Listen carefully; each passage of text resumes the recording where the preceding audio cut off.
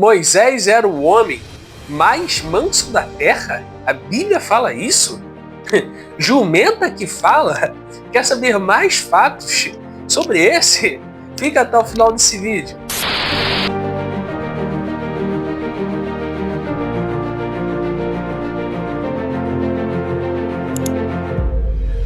Fala galera do Projeto Geração de Samuel, eu sou o Igor e hoje nós estamos aqui no nosso canal para mais um episódio da série O Pentateuco. E hoje nós vamos estar falando sobre o livro de Números. Eu vou te falar hoje tudo o que você precisa saber sobre o livro de Números, dentre os fatos, algumas perguntas que nós falamos aqui no início. Para você que ainda não acompanhou, eu vou deixar o link dos episódios anteriores na descrição. Dá uma olhada lá, inclusive da nossa live que nós fizemos sobre o assunto, muito boa. Você que ainda não nos segue na rede social, já se inscreve aqui para não perder os próximos episódios. E fica até o final desse vídeo que hoje o conteúdo está imperdível. Mas vamos lá. Primeira coisa que você precisa saber sobre o livro de Números é o seu título, porque ele leva esse nome de Números. Até porque essa palavra é um título dado pela Septuaginta. No hebraico nós não temos esse título. Na Septuaginta, essa palavra origina-se da palavra armitoi, que significa números. Tem a ver com o censo que foi feito no livro de Números, com a contagem do povo. Mas no hebraico, a palavra, o título, como eu já falei, tinha-se um costume de dar as primeiras palavras, o título do livro. E a palavra aqui é Bemidbar, no deserto de. E até para Asher Júnior, que é uma das nossas fontes hoje, a nossa fonte hoje é Merece Confiança, o Antigo Testamento de Asher Júnior, e Guia Prático do Antigo Testamento de Stanley. Essas duas fontes eu vou ver se eu consigo deixar na descrição. 2 livros do Antigo Testamento que vão te enriquecer. O de Stanley é mais prático, mais simples, e de Asher Júnior é mais profundo. Você quer simplicidade, Stanley. Para você que quer profundidade, Asher Júnior. Então, Asher Júnior, ele vai falar que esse livro, esse título, na opinião dele, e até na minha opinião, eu concordo com ele, por isso que eu estou citando ele aqui, esse título, No Deserto, é mais apropriado, porque fala sobre o treinamento que Israel recebeu no deserto. O livro de Números também, ao contrário do livro de Levíticos, ao contrário dos outros livros, por exemplo, como Deuteronômio, não é um livro tão legislativo, mas é um livro mais narrativo. O seu foco é a narrativa da trajetória do povo de Israel, o povo hebreu, no deserto. Até por isso, eu não sei se você sabe, mas tirando o Gênesis, ele é o livro de maior tempo, que se passa maior tempo no Pentateuco. Tirando o Gênesis, é claro, ele é o livro porque Gênesis não conta, né? Vai desde a criação, mas tirando Gênesis, ele é o livro que passa mais tempo de história no Pentateuco. Você já sabia disso? Fica até o final, que tem mais coisa aí que nós vamos falar hoje. E tudo isso tem uma lição espiritual, de que o povo não poderia avançar enquanto não estivesse pronto. Eu falo que deserto é um tempo de preparo. Existe até uma série de mensagens que eu tenho falando sobre fugindo para o deserto. O deserto é um tempo de preparo. Grandes profetas, grandes líderes como Davi, como Moisés, até Moisés para liderar o povo, antes dele liderar os 40 anos, ele passou 40 anos no deserto, só que no deserto de Midian. Jesus, antes de iniciar o seu ministério, passou 40 dias no deserto. João Batista iniciou seu ministério no deserto. Eu poderia falar aqui inúmeros pontos sobre o deserto, porque o deserto é uma escola. A palavra deserto é Dvar, que é Midbar, que também tem origem na palavra Dvar, que é a palavra. Então, alguns historiadores, como por exemplo, alguns teólogos como Charles Shindon, disse que se nós fôssemos no seu livro Moisés, fôssemos dar uma definição para deserto, seria o lugar aonde Deus fala. Então, como Deus levou Moisés para o deserto para falar com ele, Deus leva o povo para tratar com ele. E é isso que o livro de Números vai falar, sobre o tratamento de Deus com o povo no deserto. Enquanto vocês não estiverem prontos, vocês não podem prosseguir. E desse povo que sai do Egito, só Josué e Caleb passam nesse teste, passam nessa escola, concluem esse curso. E só eles podem entrar na Terra Prometida. Os outros ficam. O próprio Moisés não entrou na Terra Prometida. Mas vamos continuando.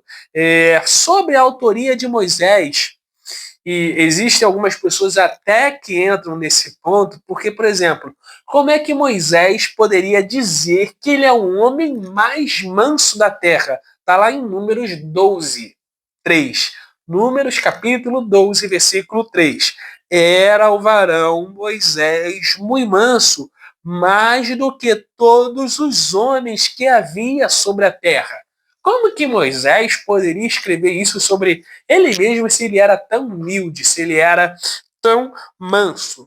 Gente, assim como Moisés, e Asher Júnior vai falar isso, assim como Moisés não esconde seus defeitos, inclusive que ele ficou de fora da terra prometida, não esconde que ele feriu a rocha, e eu sei que você deve estar pensando, como é que ele é manso se ele feriu a rocha, se ele se ele feriu a rocha, se ele quebrou as tábuas da lei e tal, como é que ele é manso? Acontece que Moisés era tão manso, o povo dava tanto trabalho que ele demorou a se irar. Ele não era perfeito, ele era manso. Não era perfeito, uma hora ele se irou. Ele era tardio em irar-se, mas não era perfeito. Mas assim como Moisés não esconde suas falhas, ele não vai esconder suas qualidades. E inspirado por Deus, ele vai também escrever suas qualidades, tanto suas falhas como suas qualidades. Em Números também nós temos um aparecimento de um novo voto, o voto do Nazireu. E o que era o Nazireu? Era uma pessoa separada dentro de um povo separado. Se no livro de Levíticos, como nós falamos anteriormente, se você ainda não assistiu, dá uma olhada, o link está na descrição. Nós falamos que o propósito de Levítico é fazer de Israel, da nação de Deus, um povo separado dentro de nações. O propósito do voto do nazireado é ter uma pessoa separada, seja para exercer um ministério, seja simplesmente para servir a Deus, uma pessoa separada dentro de um povo separado.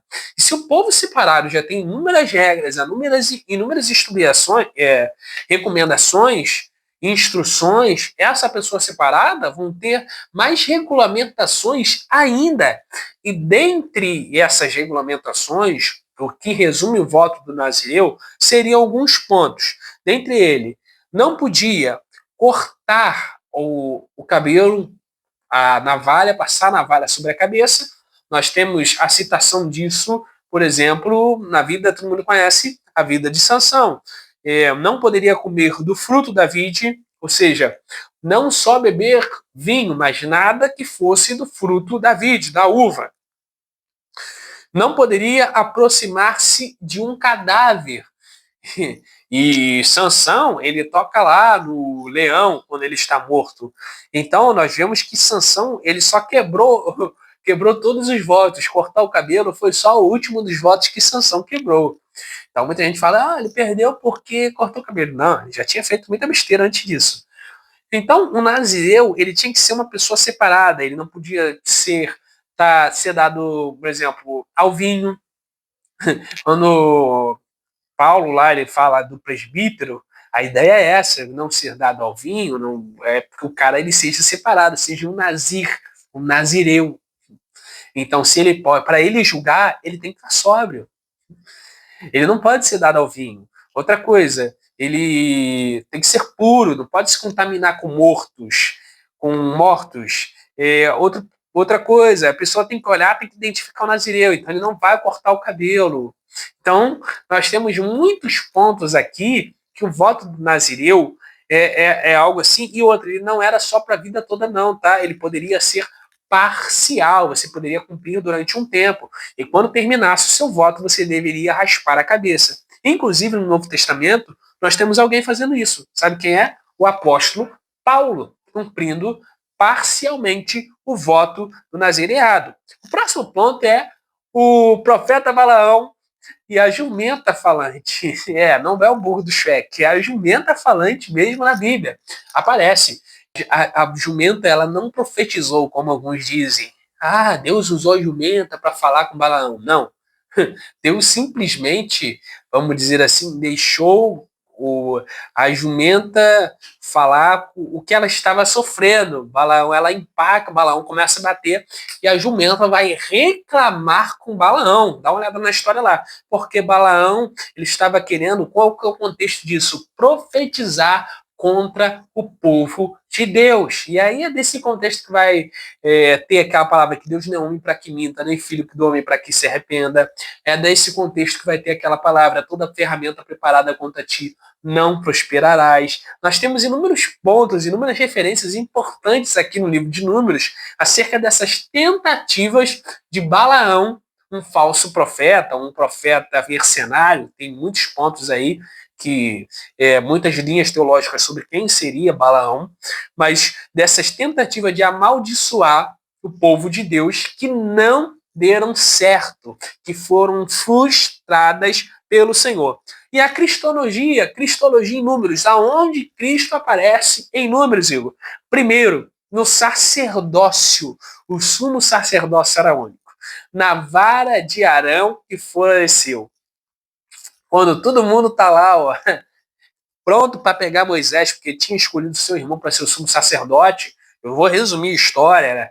Moisés pega, manda o chefe de cada tribo levar uma vara, Arão leva dele, e a vara é enterrada e ela floresce. Quando tiram ela, ela floresce. Isso representa a morte e ressurreição de Cristo. Outro ponto é a serpente de bronze. E agora eu vou deixar um amigo meu, Rafael, teólogo, vai estar somando junto com a gente, falando sobre Cristo e a serpente de bronze no livro do Números. Fala, povo abençoado, a paz do Senhor. Aqui quem fala é o Rafael. E hoje, a convite do nosso amado Igor, nós vamos falar aqui sobre o texto da serpente de bronze feita por Moisés para que o povo fosse curado, né? O texto está lá em Números 21, do versículo 4 ao versículo 9. Ali o texto já inicia falando que o povo estava impaciente com Deus e com Moisés. E eles começaram a questionar e murmurar contra Deus. O texto diz que eles falaram assim: por que vocês nos tiraram da terra do Egito para morrermos no deserto? Não há pão, não há água, e nós detestamos essa comida miserável. Essa falta de respeito, essa murmuração do povo de Israel, foi respondida por Deus com serpentes venenosas que mordiam o povo e eles morriam. E Moisés orou ao Senhor, intercedeu ali pelo povo, e Deus ordenou a Moisés que fizesse uma estátua de uma serpente e colocasse num poste alto, num lugar alto, para que todo aquele que fosse picado por uma cobra, ele olhasse para aquela estátua e fosse curado, ele não morreria. E nós vemos ali nessa passagem o simbolismo, que nós encontramos no Velho Testamento. Será que eu e você, como cristãos, precisamos, hoje de ter uma serpente de bronze, ter uma estátua, ter um símbolo para isso? Ali significava para o povo o quê? A murmuração, o pecado, a reclamação do povo, a desonra do povo de Israel, ela foi punida por Deus. E essa desonra, esse desrespeito, nós podemos dizer que é o nosso pecado, é a nossa conduta, que nós não glorificamos a Deus com a nossa vida, quando estamos presos no pecado, quando não somos salvos em Jesus. Toda a conduta da humanidade, ela ofende a Deus. E as serpentes ali é como o pecado. O pecado, ele nos atinge, ele nos traz dores, ele nos traz a morte. E a serpente de bronze é o quê? É a representação de Jesus. Ali é o símbolo maior, Nós sabemos que naquele momento Moisés fez aquele símbolo, aquela estátua, mas para nós que temos já a revelação do Filho de Deus, nós já temos as Escrituras, nosso Salvador já veio e morreu por nós. Então nós entendemos que aquela cruz é o significado dessa serpente. Jesus Cristo, ele morreu por nós, ele levou as nossas dores e principalmente a pior doença de todas, a pior dor de toda a humanidade, ela é hereditária, ela está carregada na nossa genética, nossos filhos terão, nossos netos terão, que é a maldição do pecado de Adão. E nós sabemos, né, que esse pecado ele nos atinge de uma maneira tão profunda, e esse pecado ele ofende não a nós mesmos, mas ofende a Deus. Então, assim como o povo de Israel naquele lugar, ele estava murmurando, estava ofendendo a Deus por tudo aquilo que Deus tinha feito com eles, o nosso pecado, a nossa conduta, a nossa própria humanidade, ela ofende a Deus também. E nós deveríamos ter a recompensa que seria a condenação eterna. Mas ali, né, nós temos Moisés como uma figura de Cristo na passagem. Ele intercedeu, ele orou pelo povo de Israel para que Deus pudesse dar uma salvação. Deus ordenou a Moisés fazer aquela serpente de bronze, mas nós sabemos que o nosso maior intercessor é Cristo Jesus. Cristo Jesus naquela cruz, ele intercede por nós. Ele fala junto ao Pai e leva o nosso pecado, leva a nossa dor, leva aquilo que nos levaria à morte. E eu e você, assim como o povo de Israel, quando ele olhava para aquela serpente, ele olhava para aquela estátua e eles eram libertos da morte. Eles eram pecados pela serpente venenosa, mas eles não morreriam. Isso também é uma promessa que está para nós, a noiva de Cristo. Que se olharmos para a cruz, se reconhecermos Jesus Cristo como nosso Salvador, nós entendemos esse simbolismo dessa serpente. Nós entendemos que Cristo levou as nossas dores, levou nossas enfermidades, levou sobre si o nosso... Entendemos que Cristo levou as nossas dores, levou nossas enfermidades, levou sobre si o nosso pecado. Toda punição que deveria vir sobre nós, Cristo levou naquela cruz. Então nós precisamos entender o simbolismo dessa passagem, o que significa para nós. E eu queria deixar aqui como adendo ao texto de Números 21, Isaías 53. Isaías 53 diz assim, né, no versículo 4 e 5. Certamente ele tomou sobre si as nossas enfermidades e sobre si levou as nossas doenças. Contudo, nós o consideramos castigado por Deus atingido e afligido. Mas ele foi transpassado por causa das nossas transgressões, foi esmagado por causa das nossas iniquidades. O castigo que nos trouxe a paz estava sobre ele, e pelas suas feridas fomos curados. Nós vemos ali, né, a profecia de Isaías que se cumpriu em Cristo Jesus naquela cruz. Ele levou sobre si as nossas enfermidades. Ele foi castigado, as suas pisaduras, as suas feridas nos trouxe cura. Então precisamos entender isso. Hoje não precisamos mais de símbolos, hoje não precisamos mais de serpentes, hoje não precisamos de estátuas, de imagens para nada. O nosso único e suficiente Salvador e intercessor é Cristo Jesus. Aquele que morreu numa cruz e ressuscitou em 3 dias. Aquele que tem autoridade sobre a morte, tem autoridade sobre todas as coisas. E é Ele que nos liberta do nosso pecado, da serpente maldita que nos picou lá no início da criação, que foi o pecado de Adão. Através do pecado de Adão, nos tornamos ofensores a Deus. E através da cruz de Cristo, fomos libertos disso. Então, nós devemos glorificar o nosso Deus, porque não é a imagem de uma serpente, mas sim o sangue puro do Filho de Deus, vertido naquela cruz, que nos libertou da pior doença de toda a humanidade, que é o pecado. Então, que Deus ministre essa palavra no seu coração, que você veja lá em Levíticos, não a imagem de uma serpente de bronze, mas que você consiga ver o significado de Cristo naquela passagem, porque toda a Escritura testifica de Cristo. Todo o Velho Testamento testifica de Cristo.